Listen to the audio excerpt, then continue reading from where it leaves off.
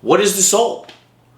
Well, it's mostly a mystery to the people that are currently living on this planet.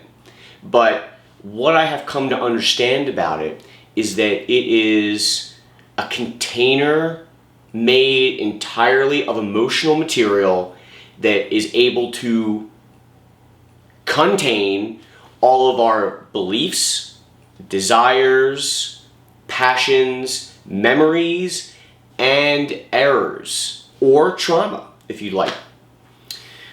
Essentially, our soul, I feel, lives totally outside of this place. And by this place, I mean the physical world, Earth, but also the spiritual world that encompasses that as well, right? So, when you go to sleep at night and you have sleep state experiences where you are using your spirit body to navigate around, you are not navigating through your soul. You are navigating through your spirit body. Our soul is not something that we can see or touch. However, it is something that we can change based upon how we understand the layers of emotions that exist inside of us. Okay? So part of what I want to share is how one can access and change their own soul-based emotions. Again, if you're thinking big to small here, okay, our soul is actually far more powerful than anyone here actually gives it credit. I feel that our soul is actually more powerful than the universe itself. I can't confirm this, but I have been told that each individual person has the potential to become more powerful than the sun in our solar system. And trust me, I have great affection and love for the sun. It is one of my favorite beings on this place. I love the sun. And yet, the sun is not a human. And because of that, we humans have the potential to be even greater. But obviously, we're very far from even coming close to reaching that potential. And I believe part of this is because individuals that live here do not know how the soul operates and are not aware of the various laws that I believe the creator being, God if you like, put into place that holds all this place together. In an earlier video, we talked about what is the physical body. Well, it's interesting to think about that if our physical body is not actually physical, what is that stuff that holds that charge together? I believe it's actually the Creator's love. I feel that the Creator's love is the most powerful substance in the universe. And if we are able to access receiving this substance, again, the Creator's love, an actual substance that she can choose to give us under certain circumstances that fit the criteria of being for us able to receive that love. Okay? And my focus is on getting as much of this love as possible because it feels incredible. And so if we're all walking around in terrible states, full of fear, anxiety, worry, and anger, we're not going to be able to access some of this wonderful material that the Creator wants to share with her children. So, real quick, I'm going to go through, in a very abridged way, how I have come to understand that our emotions layer and how to work through those emotions in order to actually change your beliefs in your soul and to allow your soul to grow and expand in love. Essentially, starting from the bottom, it goes like this. From the moment we are conceived and our soul enters into our spirit and physical bodies that our parents created through the physical act of intercourse, we start absorbing their emotional state. We are like emotional sponges, taking in all of their garbage. And I say garbage because no one currently on the earth is perfect. And it's kind of interesting when you consider that, no one has trouble admitting they're not perfect, or rather, like, very few people that I interact with have trouble admitting they're not perfect. Yet, when you bring up certain instances of imperfection, people get very upset. They do not like to be confronted. And part of the justification and explanation of why this is because many people, again, have the false belief that we can't be perfect. So, like, why should I critique or change myself when I can't be perfect? We're going to talk more about where some of these false beliefs come from, in my view, and how they've affected my life in future videos. But for the time being, I just want to keep it simple. Here's how the emotions stack up. We feel sadness immediately upon entering into our bodies because our parents are in a non-loving state, no matter how wonderful you think they are. Then, we do not want to feel our own sadness. And oftentimes, we're actually in a situation where we're not allowed to feel our own sadness. And I'll talk about that later. Over top of the sadness, because we don't want to feel it, we in our soul change our beliefs about what is loving behavior. And when we change our beliefs from a loving truth to a false belief, fear starts to build up over top of that sadness. So if you like acronyms, you can think of fear as false expectations appearing real. False expectations appearing real. That's what fear is. Fear is you believe something is going to happen to you that the Creator believes is not actually true. So, like, for example, take death, physical death. Most people walking around have tremendous amounts of fear in this area because they don't actually believe in a spirit afterworld. Although they may say they believe it, they don't actually believe it in their soul. They think it because other humans have told them that. But if they really knew that in their soul, they wouldn't fear death because they would know that they continue to live on. As our fear builds up, we humans do not want to feel that fear either.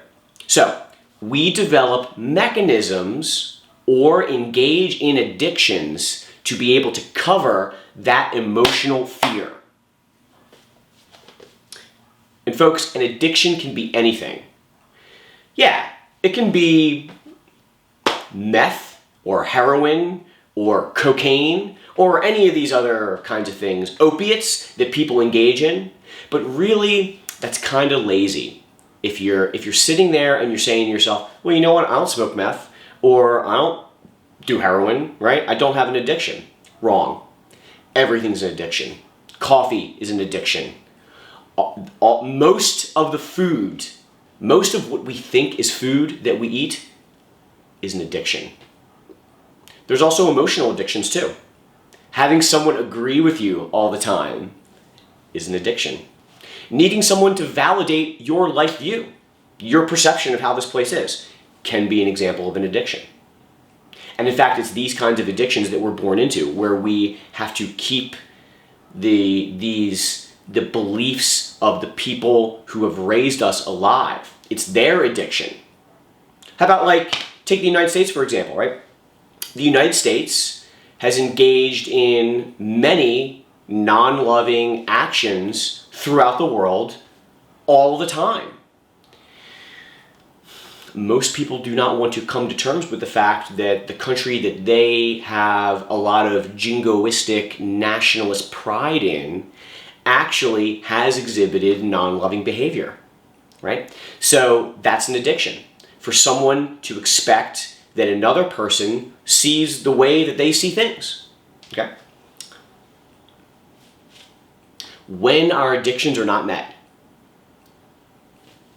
we experience fear. Anger, sorry. We experience anger. When our addictions are not met, we experience anger. And you can start to feel that too, rumbling around inside of you. And recognizing that is one way to start potentially healing yourself. But we'll talk about that in the future. If a person is not able to express their anger and it becomes suppressed, I feel depression is the next step in this process. So depression, I feel, is actually apathy, not sadness. They're two completely different things. And then for those people who are in a very dire situation, they will often subscribe to taking sorcery, pharmaceutical medications, in order to calm their emotional state, what they think is calming their emotional state. That adds another layer on top of the whole thing because you're further suppressing your emotions.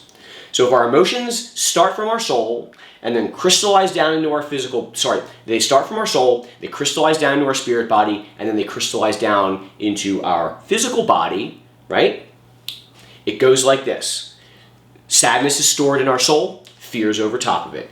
Addictions are met, they keep us from feeling our fear. When we are not allowed to or not able to suppress our emotions via addictions, we experience anger. When we are not allowed to express anger, we feel depression. And then if we do not solve our depression issues via engaging in our own feeling out of our emotions, and we decide to take a different route, to use pharmaceutical medications, it's just another layer of suppression on top of it. And this is where physical problems start to come into play, right? If you think about, if you've been living your life for 30, 40, 50, 60 years with all of your suppressed emotions inside of you, and you have never once attempted to go down into your grief and feel that out, well then all of that emotion that can't move inside of you becomes physical illness. So, one more time again, soul, subtle, emotional material that is expansive and huge. That condenses down slightly into our spirit body, and then that condenses down even more into our physical body. Our emotions exist in layers like an onion. So you've got grief or sadness covered with fear that we quench with addictions.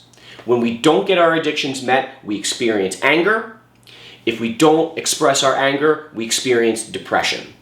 So, if you're looking to get through these emotions into your grief, which I feel is where your false belief about any particular topic is stored inside your soul, it is beneficial to recognize where you are emotionally on any particular topic and then look to get to the next layer down. So like for example, if you're driving in traffic and someone cuts you off and you get angry, you're really getting angry because that person is not meeting your addiction of how you feel they should drive. That is actually an error in your soul.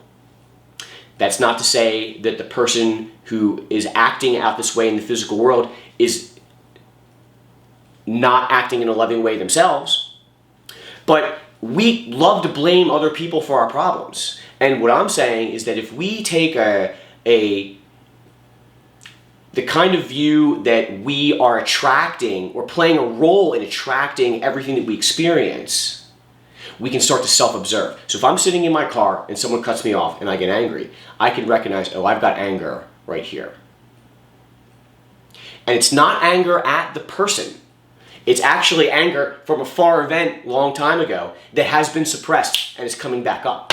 So my suggestion would be to feel that anger in a general way, not projecting it at a person. When you feel that anger, and I'll talk more about this in later videos, when you feel that anger, you'll eventually start to touch your fear. And when your anger dissipates and your body starts shaking and you start feeling fear, you will know that you have made it down into the next layer for that particular thing. And you can follow that principle all the way down into your grief. And when you cry and release your grief, in my view, my understanding, that is when the error leaves your soul and the absolute truth of how the Creator views that particular topic comes in.